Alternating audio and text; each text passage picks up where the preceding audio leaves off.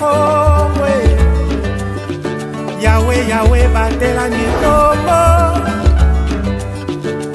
Yahweh Yahweh benisa nikomwe Yahweh Yahweh batela nikombo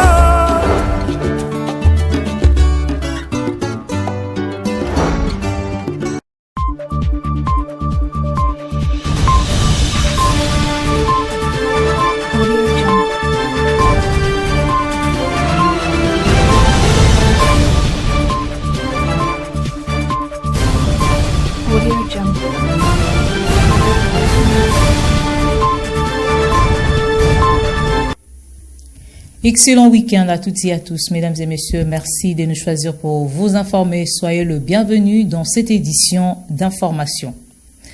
Ils sont au total 39 chefs de village du secteur de Mbanza-Mwembe dans le territoire de Luozi au Congo central qui n'ont jamais touché la prime d'encadrement du gouvernement provincial, nous dit Pacifique Mwanda dans ses commentaires. La cérémonie du lancement a eu lieu le 8 avril 2025 dans le territoire de Sekebanza, secteur de Lufu, en présence de quelques députés et membres du gouvernement provincial. La prime d'encadrement aux administrateurs des territoires, les 10 que compte la province du Congo central, leurs assistants et les chefs de village est payée de manière sélective, à en croire les chefs de village du groupement Mbamba, secteur de Mbanza-Mwembe, dans le territoire de Luozi. 39 au total qui n'ont jamais touché ces frais. Une prime mise en place sur initiative du gouverneur de province Grace Kwanga Maswangi Bilolo. L'un parmi les chefs de village du groupement Mbamba a confirmé la version des faits dans une vidéo qui circule sur les réseaux sociaux. Monsieur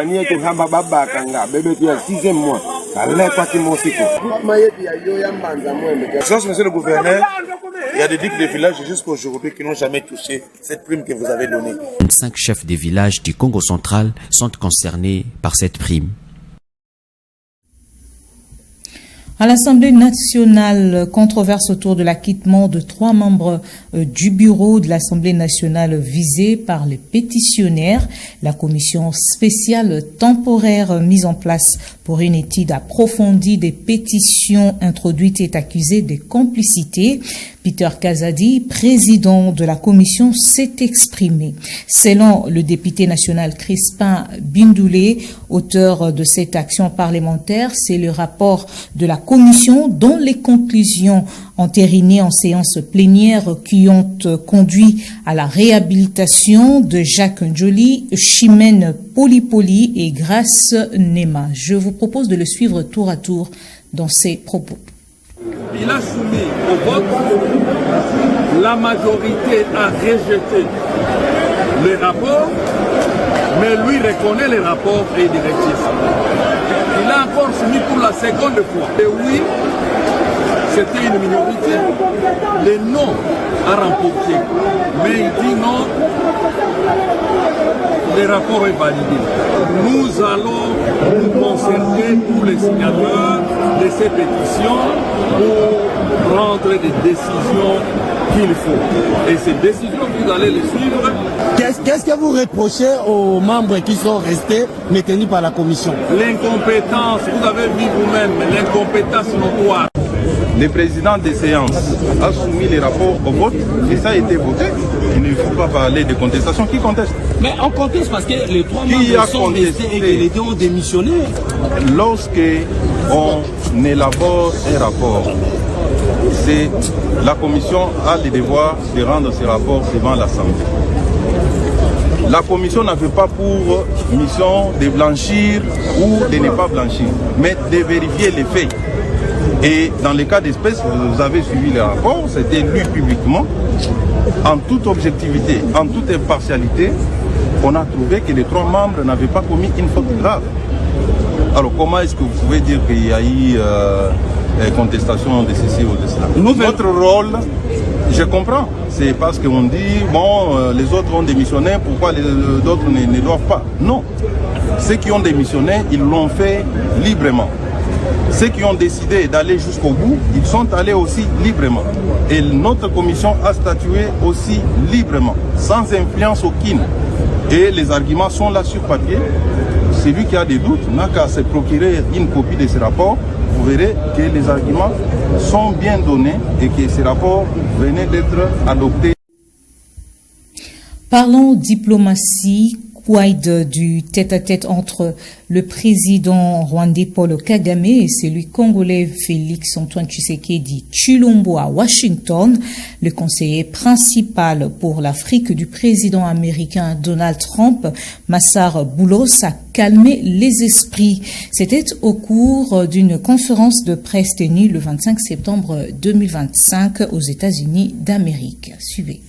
Quel est selon vous l'obstacle principal qui empêche aujourd'hui que les accords de paix en RDC entre le M23 et le gouvernement soient concrets? Deuxièmement, qu'est-ce qui vous donne vraiment confiance que cette fois-ci, les négociations qui se passent, cette fois-ci sont les meilleurs? Il y a une rencontre qui a été prévue à Washington entre le président rwandais et le président congolais. Nous n'avons jamais fait d'annonce concernant une date précise. Nous travaillons sur un certain nombre de questions. Comme vous le savez, c'est un conflit complexe qui dure depuis 3 décennies ou plus. Oui, des millions de personnes ont perdu la vie dans ce conflit, probablement 6 ou 7 millions. Donc c'est un processus complexe et nous avons mis en place de nombreux mécanismes entre les deux parties. Et là, je parle de la République démocratique du Congo et du Rwanda, mais aussi entre le mouvement 23 mars et la République démocratique du Congo. Ils viennent tout juste, nous avons annoncé il y a quelques semaines ou peut-être plus, être un mécanisme d'échange de prisonniers entre le M23 et le gouvernement de la RDC. Il y a de bonnes avancées et de bons progrès qui se produisent à Doha. Nous avons donc d'abord eu la déclaration de principe. Ensuite, nous avons eu cet échange de prisonniers et nous travaillons également sur un certain nombre de mesures de renforcement de la confiance. Mais quant à savoir s'il y a des obstacles à ce processus en particulier, vous savez, il s'agit d'un dialogue interne. C'est un conflit. Il faut s'attaquer aux causes profondes et les deux parties ont accepté de traiter les causes profondes dans la déclaration de principe du 12 juillet. Cependant, nous avons un projet de texte, donc beaucoup de travail a déjà été accompli. Et encore une fois, le Qatar a joué ici un rôle énorme. En ce qui concerne les sujets spécifiques liés au Rwanda et à Nasser, comme vous le savez, le Rwanda a des préoccupations sécuritaires et l'accord parle de la neutralisation des FDLR. Nous avons donc créé un mécanisme pour nous assurer que cela se réalise. En parallèle, le Rwanda lèvera les mesures défensives, ce que nous appelons les mesures défensives. Donc, nous avons mis en place des mécanismes pour cela. Nous allons donc assurer le suivi. Certaines de ces commissions se sont réunies 2 fois jusqu'à présent. L'une d'entre elles, une commission très importante, va se réunir pour la 3e fois ce lundi, je crois. Nous assurons donc un suivi très étroit avec l'Union africaine. N'oublions pas le rôle que joue l'Union africaine, qui est extrêmement important, et d'autres forums régionaux également, tels que la CAE ou la SADC. Et le sport au football, on en parle également dans cette session d'information. 2 matchs cruciaux attendent les Léopards de la RDC en octobre face au Togo et au Soudan. Sébastien de Sabre a dévoilé sa liste de 25 joueurs avec quelques nouveautés. La RDC, toujours en course pour la qualification, devra tout gagner et espérer, nous dit Glodino Lucano. La Fédération congolaise de football a publié une liste de 25 joueurs convoqués par les sélectionnaires Sébastien de Sabre pour la trêve internationale du mois d'octobre décisive dans la course pour la qualification à la Coupe du Monde 2026. Les Léopards affrontent d'abord le Togo le 10 octobre à Lomé avant de recevoir le Soudan le 14 octobre au stade de Martyrs de Kinshasa dans le cadre des éliminatoires de la zone Afrique. Cette liste est composée de 3 gardiens dont Timothée Failou, Lionel Mpassi, Dimitri Berthaud, 9 défenseurs, Wan Bissaka, Gédéon Kaloulou, Arthur Maswaku, Joris Kaimbe, Steve Kapwadi, Roki Bouchiri, Dylan Batubisika, Axel Twanzebe et Chancel Mbemba, 8 milieux de terrain, dont Noah Sadiki, Edo Kaimbe, Samuel Mutusami, Charles Piquel, Mukaou, Théo Bongonda, Meshak Elia, Glody Diangana et Nathanaël Mboukou. 4 attaquants sont sur la liste, à savoir Fiston Mayele, Archimède Pouloulou, Samuel Essende et Cédric Bakambo. Après sa défaite face au Sénégal, la RDC n'a pris son destin en main. Pour espérer une qualification, elle doit non seulement remporter ses 2 prochaines rencontres, mais aussi soigner ses débits, tout en espérant un faux pas du Sénégal face à la Mauritanie ou au Soudan du Sud. Cependant, l'espoir n'est pas encore perdu. Le Léopard peuvent encore viser une place parmi les 4 meilleurs 10e des groupes africains. une position qu'ils occupent virtuellement à ces stades. Si elle conserve cette place, la RDC devra passer par une demi-finale africaine entre le meilleur deuxième, une finale régionale qualificative pour le tournoi intercontinental FIFA et enfin un dernier barrage contre une équipe venue d'Asie, d'Amérique ou d'Océanie. Le chemin est semé d'embûches, mais les léopards peuvent encore croire à leur rêve mondial. Et pour terminer, dans le monde, fin août, le Royaume-Uni, la France et l'Allemagne avaient averti l'Iran. Depuis lors, aucune sanction ou geste concret n'a été fourni. Un reportage de nos confrères de la TV5 Monde que je vous convie de suivre. 4 voix pour, 9 contre et 2 abstentions. La résolution présentée par la Chine et la Russie, destinée à prolonger de 6 mois l'accord sur le nucléaire iranien de 2015, est donc rejetée. À notre grand regret, l'Iran a persisté dans son attitude de refus. Nous attendions des gestes, mais des gestes concrets et précis. L'Iran n'en a produit aucun qui soit vraiment concret et précis.